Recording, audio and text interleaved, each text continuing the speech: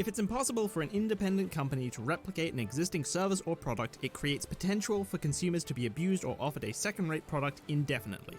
TLDR, never let business be immune to replication. This is why every single service or product on this thumbnail have had awful reps from their consumers for years, yet haven't changed nor been replaced. Cause if you earn extra abusing your consumers, a new company can just not and still make bank taking all your customers, unless it's impossible. This is how we made it impossible for new companies to appear for each of these services. For insulin, it's patents. 3 companies each have active patents that cover 1 or 2 of the 4 known types of modern insulin essential for type 1 diabetes, and it doesn't get any more impossible to replicate than literally illegal. And while original patents have expired, new patents that cover new formulations and advancements have had so little difference with the original that replicators of the original are still liable for patent infringement. Which you can tell because companies trying to make their own insulin, like the Open Insulin Project and Lynette, are specifically trying to make and approve a biosimilar, not a bioreplicate, a generic, which is easier to get approved. Until we make one, the big 3 price fix, and there are big million-view videos showing the patents, companies, and price fixing they're involved in, but none mention price fixing cartels don't work unless you prevent replication. All you've done is create incentives for new companies, and the cartel stops being profitable if you have to invite them all in. Now, outside America, governments set prices, which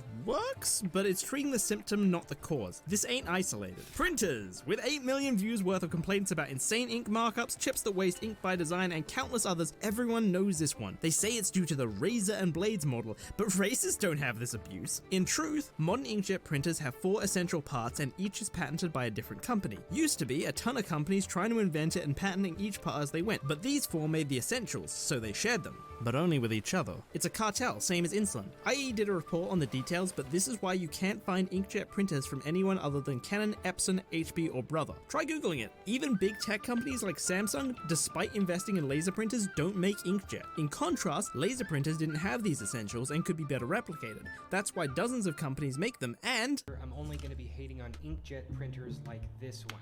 Laser printers get a pass. Less potential abuse. Finally, Adobe. Jacking up the price or the slew of new bugs every single major update. It's that you just don't listen.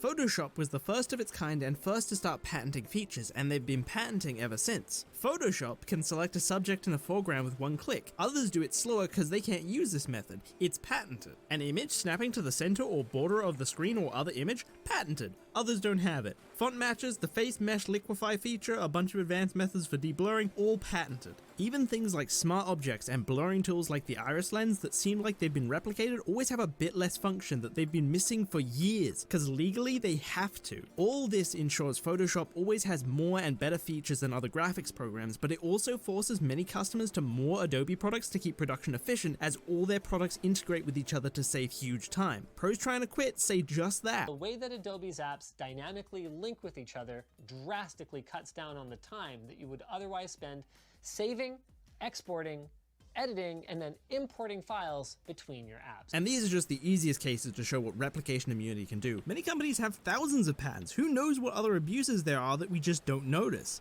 Apple signed over 2,000 patents in 2018 alone. Do you see a correlation yet? Whatever, next. Streaming services and games platforms like Disney Plus and the Epic Game Store. Infamous for pricing and bad service, but most vexing, one cheap, easy app had its content split onto more services for more money and less convenience. But big food brands don't leave shelves to make their own store. The popular store would just replicate what it lost. Unless you're a restaurant which has to sign an exclusivity deal to buy a drink dispenser because they're patented. And streaming services can't replicate what they lose either. Not because patents, but copyright. The content's illegal to replicate. So when streaming proved successful, Disney tore its copyrighted content from Netflix to sell exclusively on their own, because they knew customers couldn't go to the most cheap and convenient service for certain shows or movies anymore. And every service that didn't make its own stuff at the time started buying exclusivity rights to the big shows, games, and movies for the same reason. As a result, anime fans can't watch some shows till they fully air in Japan. You have to wait a needless 3 months after the Owl House ends on cable to get it on Disney Plus. Mulan is behind a double paywall and twice the price of a movie, and why you have to get certain games on subpar services with none of the features. It's all because the product you're offered is not based on what another company can do better, it's based on what consumers will pay to get it at all, because they can't be replicated. Except to some level by piracy, and in 2018, piracy went up for the first time since 2012. Oh, look at that. But it's not just about streaming. This applies to copyright as a whole.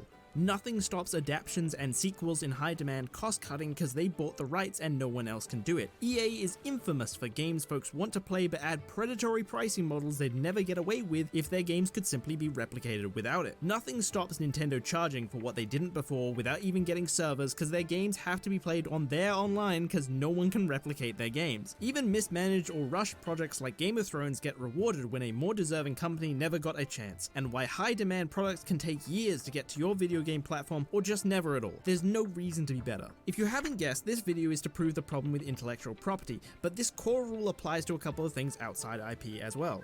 Firstly, everyone hates the USPS. What's impossible to replicate?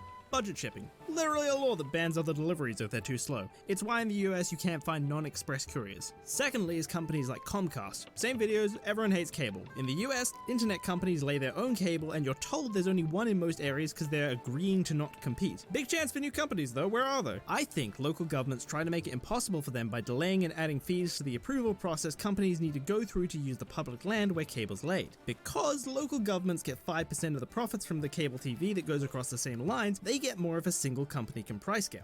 When the federal government asked companies why they weren't laying more cable, they consistently reported excessive fees, rent, and crazy delays that burnt money. And until 2018, the FCC said some wanted $1 million in prepaid franchise fees and $13 million wish lists. New cable companies had to pay that before laying. Many let government slide because a few are now laying their own cables, but they're only doing this now because internet is important enough to swing elections. This is why when Google said it was going to do its own fiber and told cities to apply, mayors danced because Google was well known and made the news. But Google wasn't the first. Others tried for years. Verizon was doing fiber to the home in 2005. They just couldn't expand without the media push that threatened re-election chances. And when the hype died down, Google Fiber died with it. Places like Austin only ever got to 28% coverage, with loads of people saying the service they paid for never came. Google Fiber itself completely giving up on fiber to the home. Not only do mayors always ask the maximum 5% they're allowed, check yourself on your local government website, but they always did exclusive deals when it was legal, and they're on record opposing the franchise fee appearing on bills, satellite TV, fixed wireless, and 5G, all of which could somewhat replicate cable. These need line of sight, and streaming isn't one-to-one with cable anyway. But even if it was, cable's internet abuse coincidentally protects cable TV, as data caps push people away from streaming and onto money-saving cable bundles to save data. Yes, Spectrum doesn't have data caps, but that was because of a merger deal. They're coming back, don't worry. Anyway, now I've shown the theory elsewhere, let's go next level with copyright. Why have companies like YouTube, Twitch, Reddit, and even I think social media like Twitter and Facebook survived for years without ever being threatened despite countless controversies? You might think it was the size of the community that they couldn't replicate, but Discord beat Skype, so what was it really? What brings people to watch and upload on these sites is the sheer mass of high-demand copyrighted content already there. If you had a better Twitch or YouTube, your features would be nothing without replicating all the high-demand content, which is technically easy with enough money. You just send out bots to rip it, but because of copyright, you'd have to personally get the permission of each creator, so it's practically impossible. This is why piracy sites like the Pirate Bay, Putlocker, and Kiss Anime could gain huge name recognition where legal competitors couldn't. The only thing stopping them growing too much was lawsuits. If these had paywalls, it would be worth it to rip this content too, so you have to wonder what ripping sites would do as a legal entity. And I know, this and everything I said seems really bad for creators. I mean, copyright and intellectual property as a whole does create problems, but it was designed so this couldn't happen, so creators could profit from their hard work. But not only do I believe IP fundamentally creates abuse, as I've tried to prove in this video, I believe both ethically and practically, creators don't need it, which I will argue in the next video. But this video is about how, despite this abuse, there are two main arguments used to justify it anyway. One says without IP there is an incentive for the creation of things that can be copied, and the other says that you have an ethical right to those things anyway, just like you would a car or a piece of jewelry. Thus, the general point of this video is to show how creators in a world without IP would still work and profit, and as we go along, I'll be pointing out the inconsistencies in the ethical argument. If you want to skip to that, go to this timestamp. But first, what you're probably it's all public domain. I wrote with the Kraken's ink, and now I forsake my creations to the sea itself. Because not only do I think we don't need intellectual property, not only do I think creators will still be able to profit, and not only do I think they will prevent abuse like we talked about in the last video, I'm going to convince you why zero IP also creates a world where popular games like Breath of the Wild never stop getting new content and get refined every year, where popular media you love is always being refined and improved, where studios, artists, and animators can more easily get jobs or make names for themselves. It's a world where medical science is led by companies with reputations for creating cures and treatments as fast and as effectively as possible. And above all, a world where accessing all of this is easy, convenient, and where it's not cheap, it's free. And that sounds crazy, so let's get started. So profiting without IP, there's actually a number of different ways, but I do want to stress that these are only theories to cover most products that most people want. The bottom line is this: getting rid of IP doesn't mean people no longer want $100 million Marvel movies or any other IP reliant thing that's proved popular. This means there's still money to be made, and it's just a question of how to monetize it. This is the same for basically any question you can ask about zero IP, and I really only think it's a matter of time for any edge case. Half the goal of this video is to show you how flexible this is. If people want it, people who want money are going to keep looking for ways to provide it. I mean, we worked out how to monetize court proceedings, and when we started running out of oil we could pump up and the price went up, we started getting out of sand? Say what you want about people who want money, but they are relentless. That said, I think the monetization method for what IP protects that makes the most sense is actually the simplest. As a creator, your profits will come from production rather than distribution, which isn't special or complicated. All we're doing is changing the point of purchase from before seeing to before release. In fact, we already do this. For example, this already happens on a small scale with art commissions. If I pay an artist for work, they set the price at a point above where it's worth their time for the price, but below the point I choose another artist. And while art is copyrighted, this monetization method is totally irrelevant to copyright. The copyright doesn't belong to the artist, it belongs to the one who paid to produce it, but the artist still profited anyway. And I, as the commissioner, can't steal the art I want with the lack of copyright because the art I want doesn't exist yet. That's why I'm paying for production. So if people want $100 million Marvel movies, why couldn't they just pay before it's produced or even released rather than paying before they watch it through a theater or streaming service? Keep in mind, without licensing fees, actually seeing it in theaters or streaming it after it's produced would cost like nothing, and if you legally pirate, that's a sentence, it's free. But I digress. It's not just small scale. This model works on big scale and effectively already happens with crowdfunding such as Kickstarter, Indiegogo, and monthly payment schemes like Patreon. The only difference in how it would work is that the goal would be increased from what is needed to make it to include the profit margin that the creators are willing to make it for. And it's not unreasonable to think consumers would pay this. Like, okay, the budget for Avengers Endgame was $356 million. The second highest crowdsource was a video game called Star Citizen at $300 million. If crowdsourcing can reach that when it's not even the main or even a prominent way we create or pay for media right now, imagine the heights it could reach in a world where the popularity of media has exploded because actually accessing media is convenient and costs near nothing, if not nothing, and where, and this is the big one, everyone is engaged in crowdsourcing because it's the biggest, perhaps only deciding factor of how much and what kinds of new media there will be to access in future. See, the $300 million Star Citizen earned was over 7 years, but this is my point. It's not that people aren't willing to give money to something that doesn't exist or isn't fully realized at the time, it's just that crowdsourcing isn't necessary enough for production for most people to know about or use it, so it takes ages to get potential backers. I can't give you raw numbers about who knew about what at what time, but I can show you that there's a huge difference in media presence between crowdsourcing and current payment models. Star Citizen's YouTube channel has only 400k subs, and its biggest video, a trailer, has 2 million views. Avengers Endgame trailer has 140 million views. If crowdsourcing almost raised the budget of Avengers Endgame off of such a small amount of awareness, imagine how much it could pay for in pure profits with over 140 million views of awareness. It's not that crowdsourcing can't pay for our media, it's just that not enough people engage with it yet because the market isn't forced to use it. Only 17 million people use or have ever used Kickstarter, but around 246 million in the US alone went to theaters in 2016. So if theaters cost near nothing without licensing, but those same people suddenly couldn't see anything in the theaters, they will go to crowdsourcing. When people can't get something they want in the same way, they'll change how they buy it to get it. That's what happened with Amazon and other delivery services during COVID. Did people just give up on non-essential shopping during lockdown, or even just wait a couple of months? Or did Amazon double their profits? Or how about piracy? When streaming became too expensive and too inconvenient for many people, did they just give it up, or did BitTorrent go up for the first time since 2012? If you just go to Kickstarter and scroll through projects right now, there are loads of things that get funded and rake in thousands, some even millions that you've never heard of, and loads of them blow past their funding to reach the stretch goals, which aren't even the product themselves, they're add-ons. So if the goal itself was the point where the production became profitable and simultaneously the point where the consumers are actually going to get the product they were paying for in the first place, presumably they'll fund it. Another thing worth noting is that the number of backers for these projects is tiny. The first funding goal for Star Citizen was $2 million, with just 34,000 backers. When you look at similar projects, each backer is donating an average of about $50 to $80, which is way more than a movie ticket, but that makes sense. When you back a project, you aim to make a tangible difference to the project you're really interested in, and in exchange, you get to consume all the media you weren't as interested in for almost, if not free, because it was funded by others who are more invested. So it's not like media would become more expensive, people will spend more on what they do pay, but less on everything else. And I get it right, crowdsourcing feels very different and weird compared to how we usually pay for things, but is crowdsourcing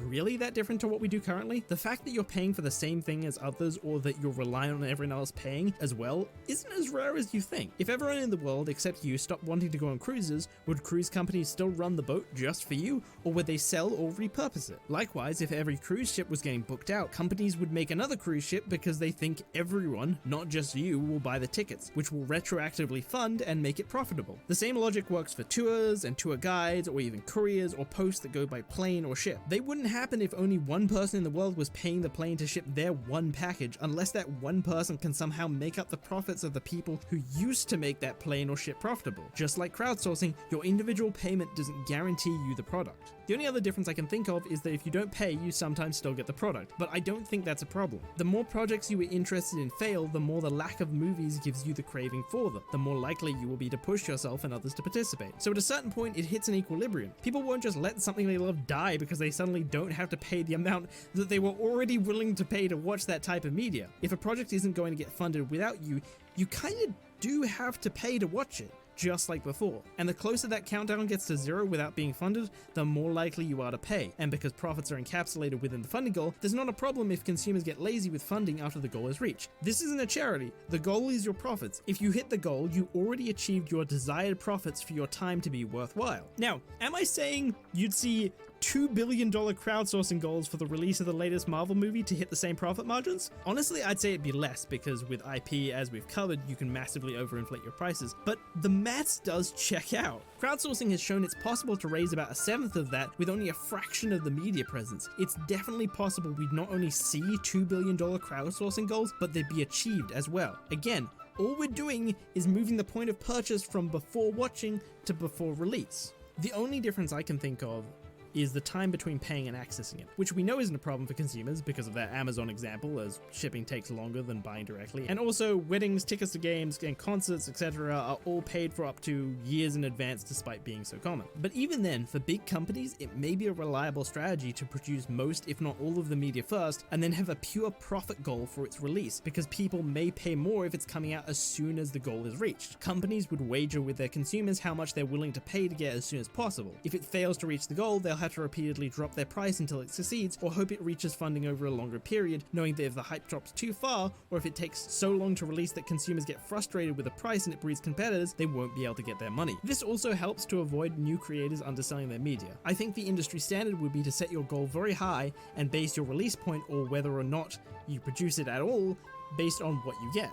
If it's worth it, you can tap out early. And of course, all this applies to patents, applications, technology, and medical science as well. If the ALS Ice Bucket Challenge can raise $150 million when it was just a charity with a marketing gimmick, I think you'd see companies investing a decent chunk into advertising to bring people into objective-based funding, like find a new method for this, or create a cheaper this, and assemble crack teams of scientists and engineers in an attempt to build reputation to better advertise and fund bigger, more marketable projects like find a cure for this. Applications like video editors would advertise features they could release or develop, and we might even just see monthly payment models to pay research teams. You can't tell me people with diabetes wouldn't take the money saved from non-price gouged insulin and push it into a research team that can sell itself to them as the most likely to find a cure, which I think is particularly great because those teams then now have a monetary incentive to keep them updated on their progress and how they're spending their time and money. There's a level of peace of mind you don't get from drug companies like Atlantis, who might put more effort into making changes than patenting whatever bullshit that might be useful in future rather than actually improving the product. And this isn't even the only way drug companies in particular could profit, but I'm getting ahead of myself. Let's get back to media. What's great about this model, unlike IP, is that production companies are policed by what another can do better. You can't overcharge your profits because it increases the chances of another offering the same project for less, but you have the power to increase your profit margins based on how much people want to see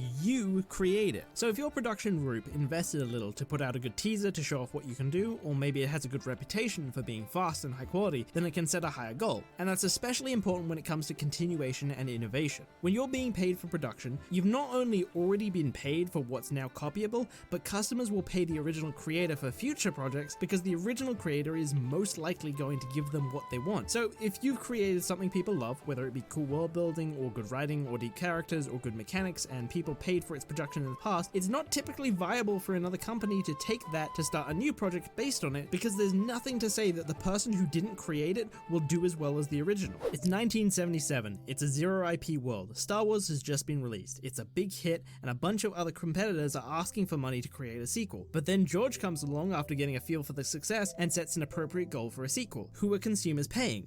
Of course, they're paying George. And they wouldn't just be paying him because they want to support the original creator. They'd be paying him because he's most likely to produce a sequel just like the movie he just made. Arguably, you wouldn't even get competitors this early because of that. The only instance where you could make money piggybacking off someone else like this is if you produce something that sold the merits of your production team and what they create rather than the original creator. That, or the creator started to fail at producing what customers wanted or massively overcharged. I mean, without IP, do you really think people would be like, oh, George R.R. Martin set up the goal to release his final book after 10 years, but nah, I don't care, all the imitations have satisfied me. Of course not. That's why black market fanfiction of planned sequels are hard to find, even though writing costs nothing to make, and you can actually make profits off of fanfiction if you're below the radar.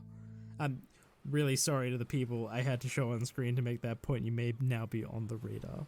What I'm saying is that there's no demand. The Google search terms for sequels to Song of Ice and Fire books are non-existent, although there are one or two with a small amount of views, but it's tiny compared to when people actually search for fanfiction, because they are searching for something the author won't do, not what they plan to. This is why I think even if you screwed up your marketing or you have something that's popularity could only be realized after it's released, it's not a big deal. Most projects can to some extent be continued to be developed by the original creator, whether it be sequels for movies or books or patches for games to add new content or improve designs. Hell, you could even improve a book or movie after its release, but we'll talk about that in a second, and why zero IP is so good for that. Even beyond that, there's a demand to see what a successful creator does next, even if it's not based off a previous production. Just look at the hype around Kojima, even when he's not making Metal Gear. I mean, his name and others are frequently used in marketing for a reason.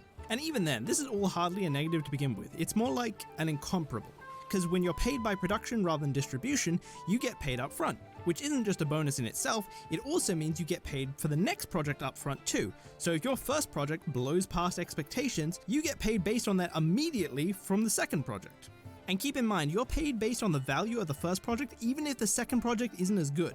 So while you may be underpaid for the first project, chances are you'll be overpaid for the second project or at some other point down the line. When everyone's profiting by production, you do as a creator get rewarded for your hard work. Even if what consumers liked is a tiny part of what you release and the rest of it is terrible, it opens up opportunities for you to be hired to do exactly what you were good at and advertised as such to boost faith in production. The interesting thing about upfront payment models is it completely changes how creators will sell and how people will buy, and I don't think people account for that. There's a reason why big upfront purchases like cars and jewelries have warranties and amazing customer service. When creators are forced onto risky upfront payment models, consumers being able to trust them becomes a huge factor to ensure that their money isn't wasted. Often with our current model, the IP is vastly more important than who's making it, and that gets abused. So while you might think that no one cares about the director or writer or even costume designer, without IP, consumers will start paying way more attention to who's producing because they can waste money on unreliable upfront payments.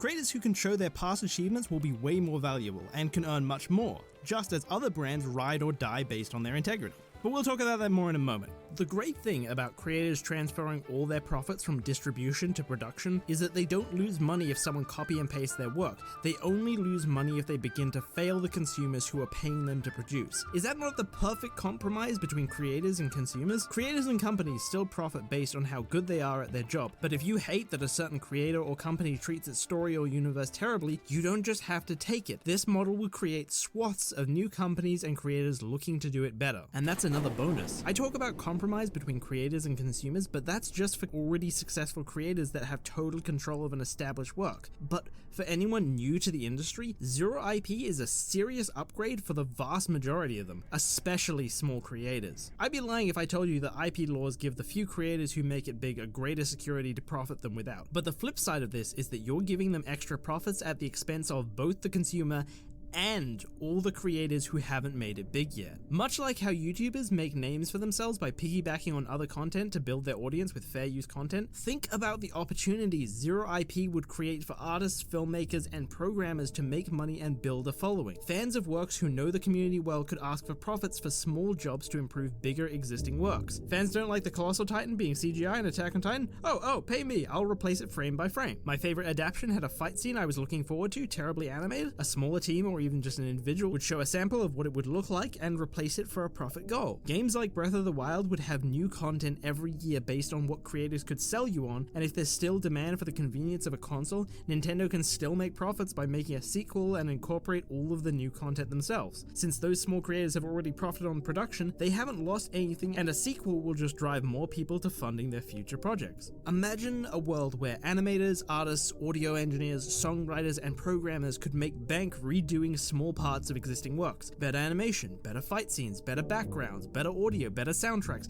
You could even rehire certain actors to do certain scenes, and successful improvements just become part of the most popular version of the work that gets shared. And because of that, when you prove yourself on a small scale, you're way more likely to be picked up by a big production team for more money because they can advertise you and your work for greater profits. After all, many backers have probably seen your work before, even if you're small. Like, oh shit, it's the guy/team who did that. They just need it to be pointed out to them by the company. This is the great thing about having consumers way more involved in production. There's way more leverage for artists. When the first season of One Punch Man came out and it became famous for its animation, imagine what consumers would have paid to get that team of animators back together for season 2. Imagine how far studios would have gone to not only get those animators on their funding page, but advertise why you want those animators as well. Instead, you got this, and the animators and director moved on to different projects with less demand because they weren't getting paid extra, nor was any attempt made to sign them on as early as possible. Why? Because the production committee, the rights holders and investors that chose a new studio and was responsible for their budget and deadlines, knew that people would watch One Punch Man Season 2 regardless because it was called One Punch Man Season 2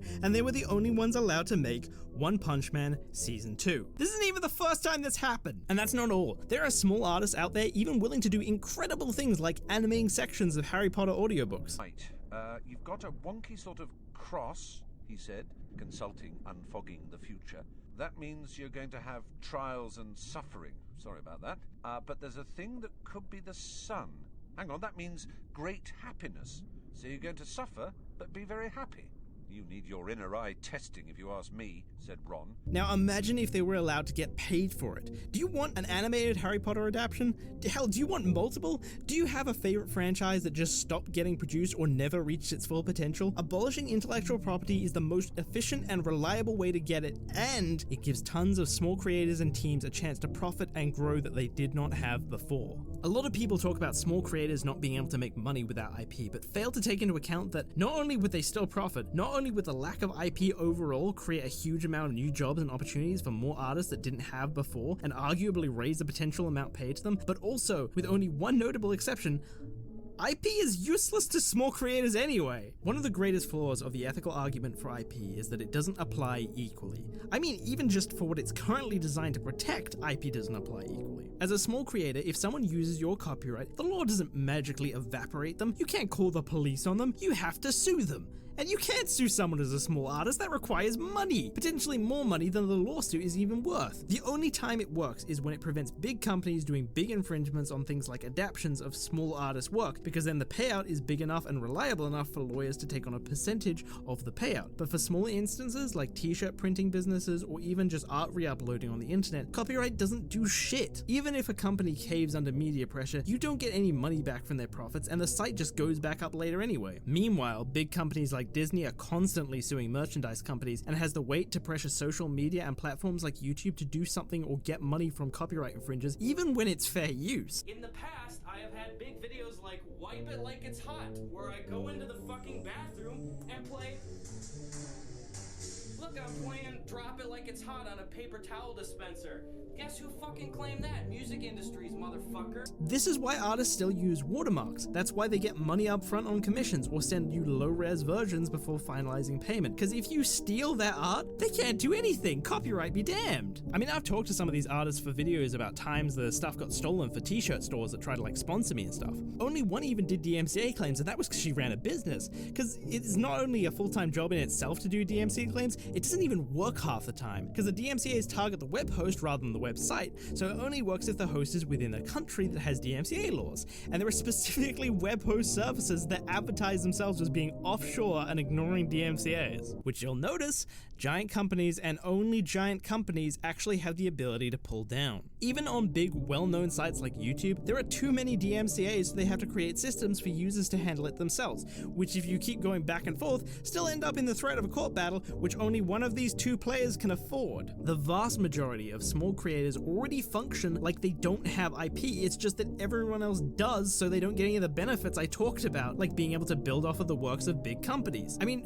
fan art is literally illegal because of copyright, and you get nothing in return for that sacrifice. But despite the lack of copyright enforcement to protect small creators, on places like Twitter, small artists still thrive. They still make money despite the blatant copyright infringement that exists everywhere. Many even upload high-res images without watermark. How is that? It'd be because they're profiting from one or more of commissions, jobs behind the scenes, or from a Patreon or Ko-fi, otherwise known as they're paid for production. Exactly how I've been saying all creators should be earning. But this isn't the only way IP doesn't apply equally. Oh no, the biggest ethical problem with IP is its consistency. If you have an ethical innate right to an idea, then it should apply to every idea, not just a few. There is nothing in the ethical argument for IP that defines the difference between a piece of art or an invention and everything from food innovation to even knots, management workflow designs, and concepts for apps like ride sharing. People came up with these ideas with the labor of their mind just as any other. If you argue we have rights to the labors of our mind, then you also have to agree to expand intellectual property's reach. Now, if you want to live in a world where there's only one bubble tea store and one ride-sharing app and they both price gouge you, rarely innovate, and provide terrible service just because it's a right, be my guest. But I think a right is just a rule everyone in society agrees should apply to them equally if they want to continue living there happily. The real question we should be asking is how much power do we want to give companies at the expense of the consumer? Honestly, I think people who are okay with IP already kind of get that there's no clear-cut right, because IP and the way people interact with it already demonstrates that the potential abuse outweighs the moral desire for it to be a right. Most people will talk about IP like there's no ethical difference between copyright and property rights, but fail to take into account that property rights are forever. If you own a car or a house or even a mug, it's yours for life, and when you die, it's passed on to someone of your choosing. But you would seldom find someone who thinks Disney's extension of the time limit on copyright is okay, nor would you find someone who thinks insulin or any other life-saving drug should stay with one company for even 20 years as it is currently, let alone forever. People already believe that their desire to have rights over their own ideas can be outweighed by the abuse they would have to live under should everyone else have those same rights. Almost no one believes in an innate right to an idea, they just believe it's a necessary evil to have some power over an idea. So I don't know, I think a right isn't as much an innate or God-given, it's a social contract. It's what we can agree to guarantee to each other. So whether or not IP is a right is more about if we can get people to agree to give it up for what they were getting out of that in return, rather than something untouchable or unmalleable. Anyway, we're getting philosophical now, let's get back to practical. Back to the small artists who don't really use copyright. There are two good questions. One, even if small artists are only protected from big companies with big infringement cases, isn't that enough justification for its existence? And two, how are small artists still able to make a name for themselves when their work can just be re-uploaded? And this plays into another fallacy about IP. The lack of IP doesn't mean the loss of ethics. Take for instance the Sony PS4 winter lineup music video. Sony puts out a trailer to advertise their game. This video has segments of original animation, except it's not original. All of the movements was plagiarized from everything from small independent animators to big companies. Copying animation to this level isn't protected by copyright, which you can tell because no one ever got sued for it despite copying from even big companies. But Sony took down the video and the guy lost his job. What I mean by bringing this up is just because it's legal to steal media doesn't mean that people are suddenly okay with stealing media. In fact, while I don't have numbers for these specific artists, there are loads of examples of Twitter exposing art thieves that get tons of retweets and give the original creators a boost. There's even a rare couple of YouTube examples, with some victims having way more subs now than they did back then. Anyway, the point of the animation tracing example was that even when copyright isn't a factor, consumers still care about copying and plagiarism. And that's great, because it means there's demand for ethics in media. And that effect is amplified by the total removal of copyright. Here's why. The great thing about not having IP, if someone copies something and consumers deem it to be an unethical copy, there's no reason to support them. Whereas before, with IP, consumers had to choose between their morals and getting to watch their favorite property without IP, a company with better ethics can replicate the same product to fulfill the demand. So if a company or creator is known for plagiarism or has a project they're currently trying to get funding for that blatantly plagiarizes, another company can offer the exact same project but promise to pay a percentage to the victim of plagiarism. Assuming the new company was good enough to replicate the same product, they would still be making money they wouldn't be otherwise, so why wouldn't they so long as there's demand? I bet it would become an industry standard for adaptions to advertise how much is going back to the original creator in order to compete with other adaptions. And this extends to other ways creators can still profit, which we'll talk about now. So although profits at production is the main way and most guaranteed way to earn without IP, there are others. Firstly, you can still make money at distribution. After media is produced, you still need to watch it or play it. So movie theaters and online services still exist to compile, stream, project, and run the service to hold all the media. They'll all compete with each other and get paid through advertisements or small monthly fees. It's just like streaming now, except they have free access to the same stuff and carry high demand, if not all the stuff, and they have to compete on literally anything else. Firstly, it's quite possible big media companies like Disney have the money for their own services. Their content is still going to get uploaded to every other service, but if they can match them on distribution, they can still make profits. But could small creators profit from these giant distribution companies? Sure. Again, the lack of IP doesn't mean the loss of ethics. Do companies care about ethics? No. But many consumers do, and so that is a demand for companies to fulfill for profit. Just like how you see some big art sharing accounts always credit, you'd absolutely see some distribution companies popping up with higher monthly fees for the same content so that they can work with creators to get some of the profits to them depending on the views they bring in. I was going to use businesses donating to charity as an example of this, but I'm pretty sure they do that because it's a tax exemption. The better example is probably with animals. They're a living being, but they don't have the same rights to what they create, unlike people with IP. So like, chicken farmers don't have to pay back to the chickens. And yet, you can still get free-range eggs that take up a large portion of shelves, although part of that is apparently the taste, but there's also things like no animal testing labels with cosmetics. It's a relatively small amount, but you'll notice that there's unquestionably a demand, with Google Trends showing there's a constant flow of people checking certain brands. There's also stuff with workers, like brand milk versus home brand and tipping on rideshare apps. The app doesn't have to give you that option, but they go out of their way to offer it, not because they're nice, but because there's a demand for that option in an app, and another will add it if they don't. I can't say this would necessarily amount to a lot. Again, production is the most reliable way, but I think creators could potentially get a decent amount from distribution services. Also, worth noting, it doesn't cost anything to have a simple comment section that will naturally inform anyone who sees a plagiarized video. But not just that. Distribution platforms naturally lean towards benefiting creators anyway. Why? Because the creator has the first move advantage. This is the third way of profiting. It means that because they have the media before it's released, they decide where it goes first, and that can be capitalized on for extra profits. This is the reason I'm not worried about other teams jumping in to take small creators' crowdsourcing projects before they finish getting funded. If, say, you have the idea to fix the CGI Titans in Attack on Titan, you don't disclose that immediately. First, you create examples and assets to prove what you can do, and then you release. Even if you're a big company, to compete with that Kickstarter, you have to both discover the project before it gains too much and then create those same assets to compete. Not particularly viable, especially as a big company. Working overtime to get those assets out isn't efficient just to take a small team's profits. Even if you use advertising to pull ahead, you then have to make the advertising and make it good, and all of that's really getting expensive.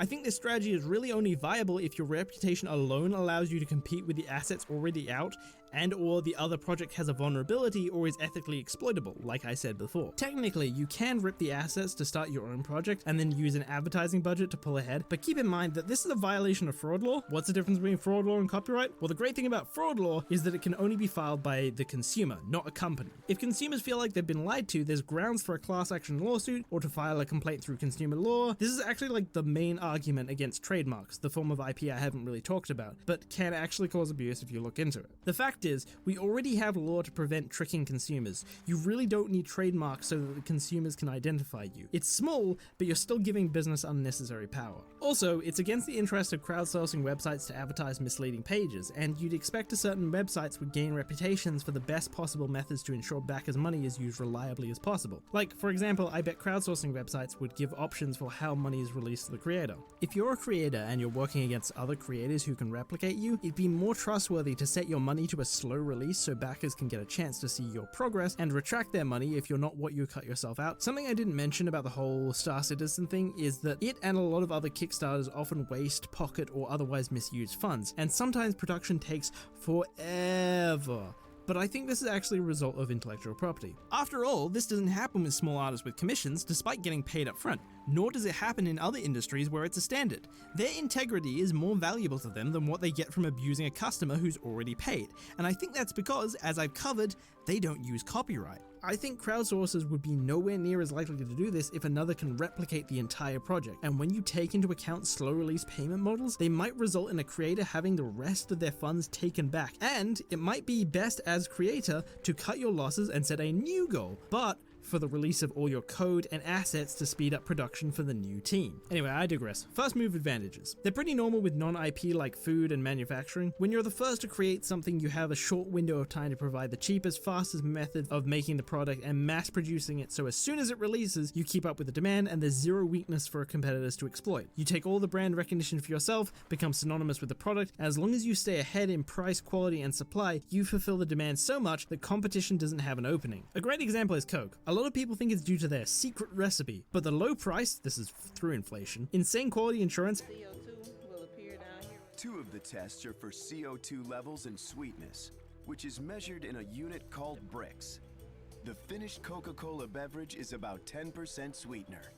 This batch passes the test. and the fact that the formula has been used and seemingly unchanged for over 100 years and hasn't been replicated indicates that no one reverse engineers it simply because it's not worth it to compete. When I was talking about the other way for medical science and technology teams to profit, this was what I was talking about. I think you'd find the best manufacturing companies teaming up with production teams to corner the market. You combine that with an investor to fund research, and it's quite reasonable to profit from medical innovation without crowdsourcing. Again, there is demand. Even if whether your investment is worth it is a gamble, that's what business does. It takes risks for more money. It's not even just Coke or manufacturers. We can actually see the effect of the first move advantage in some games where the main cause of the game's popularity isn't IP reliant. I don't think anyone would dispute that Minecraft's success came from its mechanics rather than its visuals, but those mechanics aren't copyrightable, which you can tell because Hytale exists, which if you don't know is effectively being hyped up by the fans as Minecraft 2. But Hytale took like 8 years to be announced and probably only happened as a result of a number of mistakes made by Microsoft after they bought Minecraft out.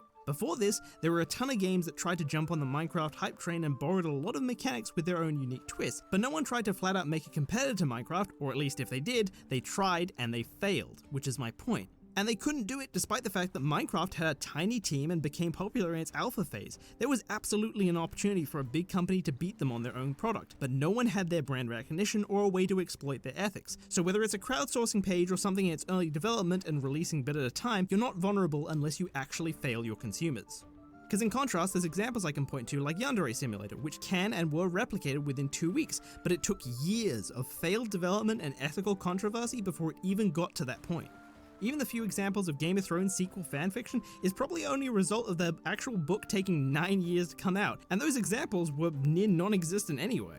By the way, gonna mention this because it tripped me up too. Coke formula is technically a form of IP, however a trade secret only protects something like the Coke formula from anyone who can be proven to have received the secret recipe from the company or an employee breaking contract. It doesn't prevent reverse engineering, so while it's IP, it's really not the ban on replication that I said creates the abuse in the previous video, which you can tell because trade secrets are allowed to exist for like literally forever. Anyway, back to creators making money on distribution platforms via first move advantage.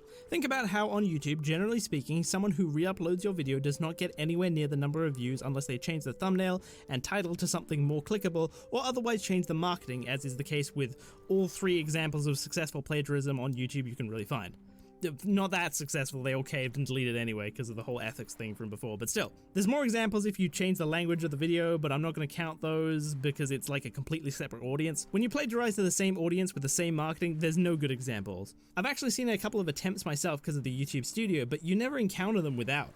See, there's so few successful plagiarism on YouTube because when the first video is uploaded, more people are guaranteed to have clicked on and watched that video than when the second video is uploaded. Therefore, those same people won't click on it again or watch it for as long. So according to the algorithm, the second similar video is a bad video and doesn't get promoted. If you assume that most video services will lean towards user-uploaded content to keep up with the sheer amount of content that's now copyright-free and use a monetary incentive to upload like YouTube, creators will be rewarded anyway, just like YouTubers. I mean, all my videos are now public domain, but just you watch. I will always have the most views. Or if you assume specific niche video services want to be the first place people can go to see content from that specific niche, then distributors have a direct incentive to interact with and reward the original creative to get that first move advantage. Also, if a project is an adaptation of something plagiarized and is already out and earning money through distribution, nothing stops the victim of plagiarism also uploading the same thing and being like, watch their project through me to support the original creator, and hopefully using that ethical boost to compete in the algorithm by using external clicks on social media. So that's a pretty hilarious idea.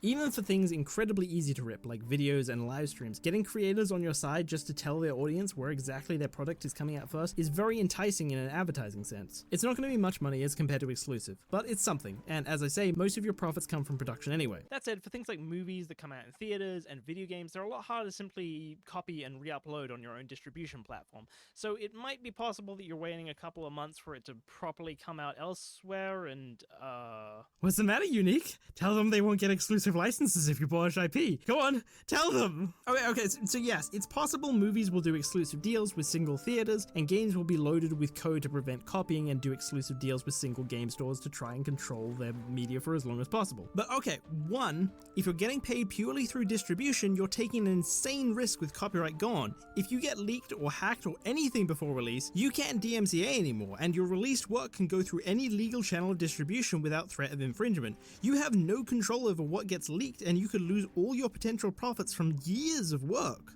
This isn't a risk with production model because you get paid up front, and just like with small artists, you don't betray your customers paying up front because you want to secure the highest funds possible for the upfront payment on the next project, which is highly dependent on your integrity because it is an upfront payment.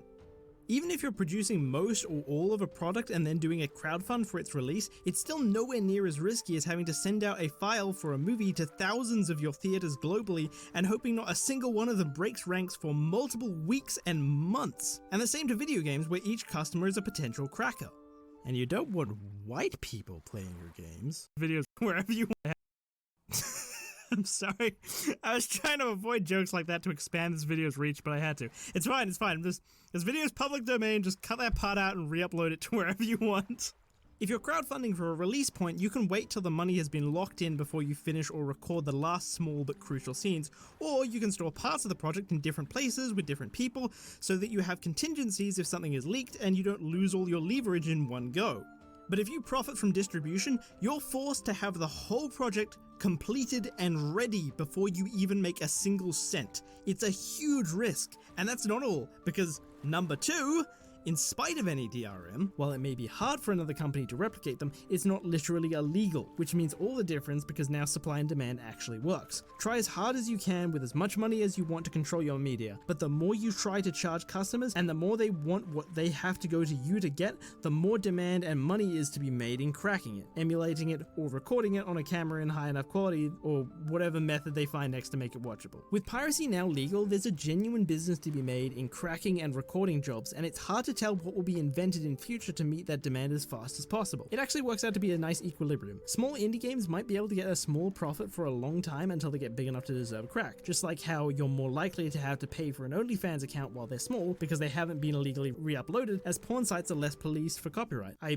swear I learned this factoid in research phase. Meanwhile, bigger games have a shorter window before they get cracked because there's more demand for them to be cracked. But they have a much larger concentration of people willing to buy it day one. This is what I meant by indefinite abuse in the previous video. Without IP, there's a pretty definite period before something is replicated that limits the amount of abuse. The less you charge, the longer you'll be able to profit from it because there's less demand for people to crack it. But the more you charge, the more demand there is for a crack, and it'll attract more and higher profile crackers using the same production-based profit method. It's also worth knowing this strategy is a risk if you're making money from production model as well. If you don't promise to release your game or movie without exclusivity, you're at the whim of a company that will make the same movie or game as you, but with that promise included. We might only rarely see this strategy just because of that. I could see some games or movies promise to release without exclusivity as a profit stretch goal. At a certain point, they're not going to have control of their product anyway. You might as well sell that option while you can guarantee profit for it, rather than risking how quickly it could get cracked, leaked, or cam recorded. Hell, I mean, like, what if games promise to go open source as a stretch goal?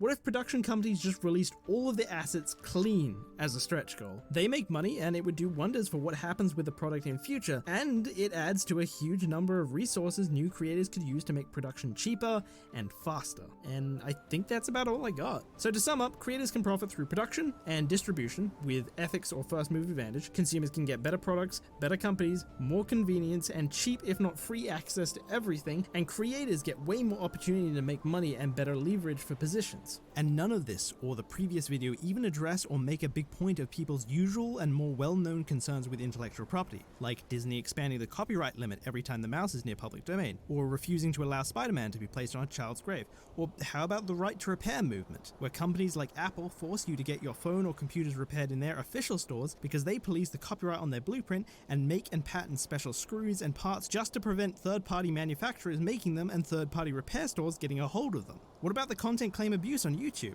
All of these problems would of course simply just disappear without intellectual property. To tell the truth though, I don't even think I need to make a big deal of these. My job here was to give you the framework to understand the problem, and then the solution. Do you know what is meant when people say high seas? It means international waters, the area outside of any country's law. If you didn't get the point of the name, it's the area where intellectual property doesn't exist. And to me, that's symbolic. See, even if I didn't convince you here, I firmly believe these videos will stick in your mind. And every time you see something trashy from these companies, you're going to understand why. And step by step, you're going to be drawn to me. First a toe, then a foot, and one by one you'll get your feet wet until you're knee-deep into the shallows and the sirens begin to call you back to the rock you call safety. But it won't work. Welcome to the high sea.